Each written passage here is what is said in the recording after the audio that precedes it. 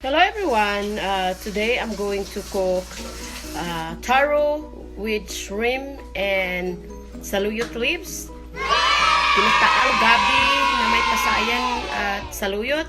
So please don't forget to subscribe, Asian Cooking with MG and Blog. I hope you have wonderful day and night. Thank you to all those subscribers and to support and play my videos, especially my friends, family. Thank you very much. Be safe. Bye.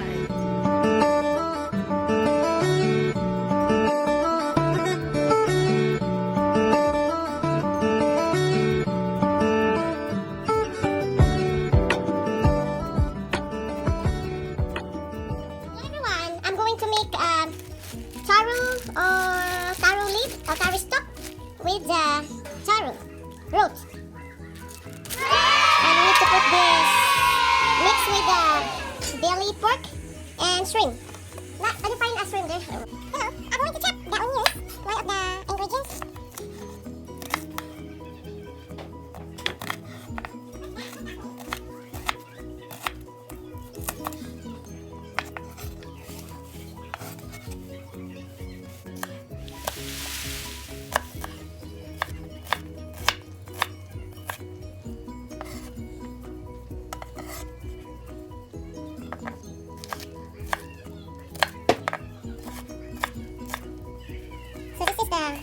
These are the ingredients of gata taro leaves.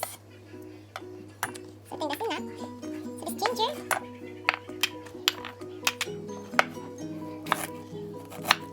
So I will make a bigger na chop because this is gata ni Inday. We do the slanting slice.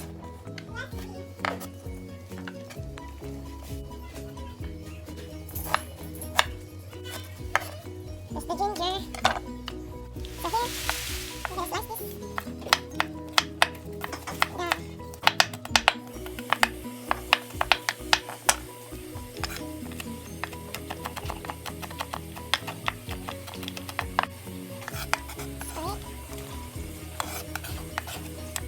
Let's try it. So these are the ingredients for gata.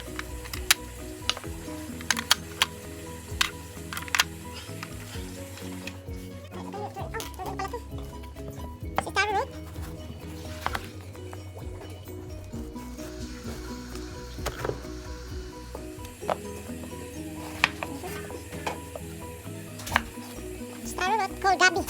Gabi.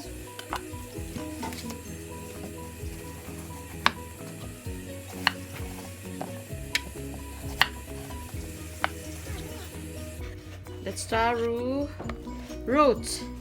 So, I'm going to figure out how to clean the taro roots. So I will show you how to clean. My husband scared me too. So this is the taro. So you have to. I will do this and wash later after. Was really good. It's very good with the shrimp. When I was in the Philippines, we used to always this is free only. But here in US, you have to buy here like all of this is almost 200 pesos for one bunch. Words in Bisaya o Ilonggo, paklang sa gabi. This is stock of taro roots. Your throat it get itchy, so you don't try to mix it when you cook or itchy your body the time you're fill up or something. That is the tip for the stock or taro. This is a taro stock. We call there in our dialect is paklang sa gabi. It's done. So we need to slice it. Now I'm going to cut the stock, taro stock. So this size you need to cut. Yeah. Cut this. Okay. Mother Rosie, she eat this. She love to eat the taro roots and stock.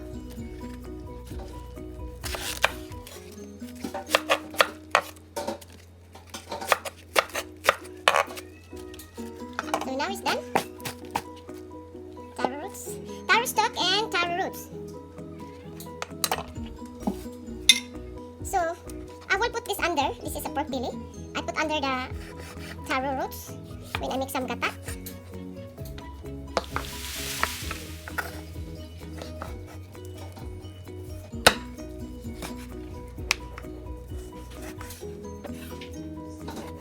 Now, I need to stir fry this first before I put on the shrimp. Now, let's go! So while Ate Gladys cleaning the shrimp, so I'm going to show you these are the ingredients. Puntijo, my special gata. I'm going to cook taro roots. Taro roots called in our language is Gabi. And this is the taro roots, taro stock. And the belly pork. So these are the all ingredients: ginger, beef, pork bouillon powder, black pepper, fresh garlic, fish sauce, onions, and 3 tablespoons of white sugar. So now I'm waiting for my shrimp to finish. Ate Gladys cleaning right now. So I'm going to my gas stove, electric stove to make up the frying pan. Hello everyone. Now I'm going to put the oil, like 2 tablespoons of olive oil, extra virgin olive oil, or any kind vegetable oil. It's fine. Put like high heat, but when I saute the garlic or the ingredients, I turn to medium heat. So first I'm going to saute the 2 tablespoons of garlic.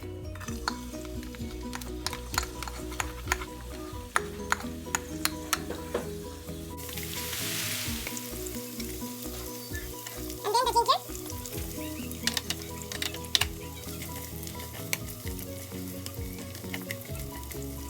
Onions. 2 medium size. 2 pieces medium size of onions. Going to burn.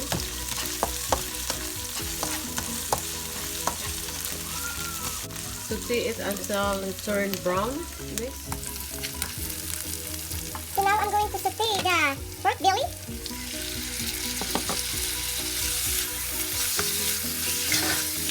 Mix it.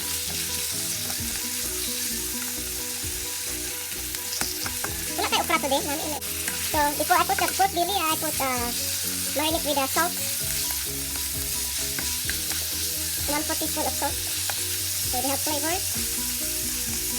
So this is how I make the Ginataan Gabi. So, put the stock. And the shrimp. And hipon. Oh, lalaki. Sarap yan, huh? Very good. And then another stock. Oh my god, it's not fit no more. Okay.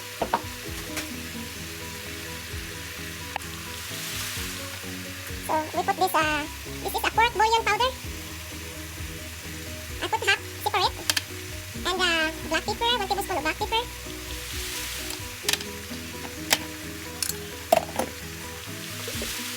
The coconut milk we have no fresh coconut, we have no time to what you call. So we need to put this coconut milk. So simmer it. And add like I need to add like 1/2 cup of water or 1 cup of water. And then simmer it until the stock of taro is cooked. Or when you cook the taro root and the taro stock, you don't need to mix it because they say the prestigious believe if you mix it, your taro, it's like when you eat, your throat is itchy. So when you cook the taro roots and stock, you don't need to itchy your body or whatever when you hold them. So that is the prestigious belief if you and try not to mix it and stir it. Please don't forget to subscribe. Isha Cooking with MG and Vlog. So we wait our taro to boil until the taro stock is cooked. So right now it's boiling. Look at that. Super yummy. Oh, sorry. Ay, tagal naman. There. Oops. Yan mga inday. Yan. So, I put that late, like last. So, it's not gonna mask my taro. And then, okra.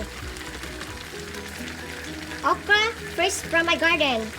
Ate Gladys harvests okra from my garden. So, I add the pork powder bouillon.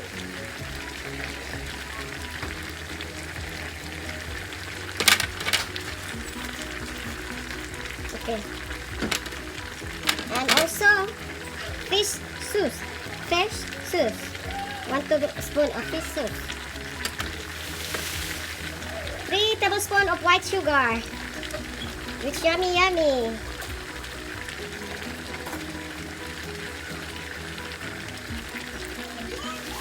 So now, I'm add the coconut milk. Half of the coconut milk I need to add, and the half I leave later. Oh. So, yan ang gata ni Inday. So please don't forget to subscribe Asian Cooking with NG and Black. Well, the taro root is cooked and the soup is a little bit sticky. So now I'm going to cover it, simmer it, and let it cook. My gata. Look at my taro soup and taro roots with shrimp, coconut milk, and pork belly. Yummy. So simmer it until the taro root is cooked. I'm going to put the saluyot. This is saluyot. Saluyot. I bought the empty market last Sunday. So cover it until the Add coconut milk left with the pineapple. simmer it again. Sarap. To turn. It is your aroma.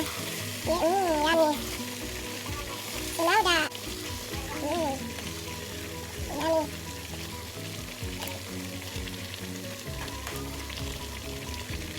So make sure the taro is good.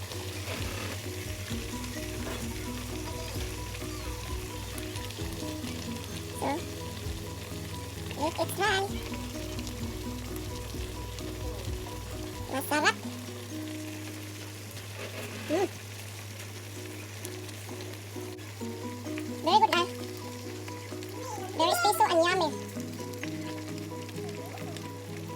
So the taro root is cooked. Make sure all the taro root is cooked. Try again. Now the taro root is done, so I'm going to rinse out. Taro roots in the other plate. Yummy.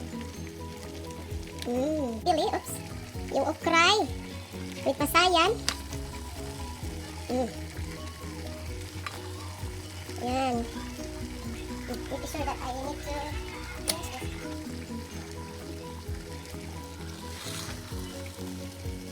Yan.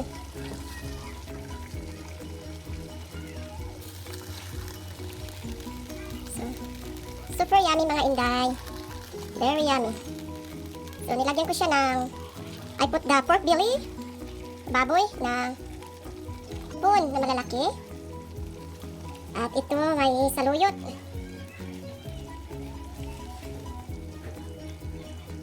Saluyot. Please don't forget to subscribe Asian Cooking with MJ and Vlog. Likes, leave and comment. Super yummy mga inday. See? Meron yung gata ni inday na Gabi. Yummy. Pakdan.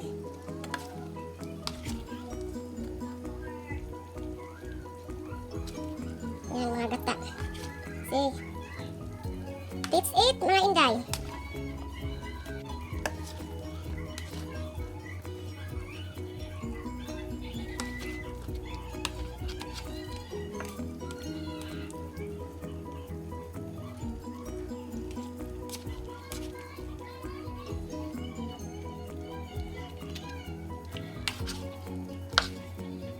Espiso na espiso, okay? Okay. Yan. Please don't forget to subscribe to Sean Cooking with MG and Vlog. Like, share, and comment. See, this is the stock of the taro root. It's super delicious, guys.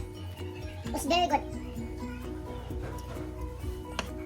I hope you learn again my yummy recipe. Taro root and taro stock with coconut milk and shrimp and pork belly. Mataba ng baboy. Mataba-taba. Thank you for your subscribe to the subscriber and support to play my video. Thank you all very much. Be safe and God bless you all.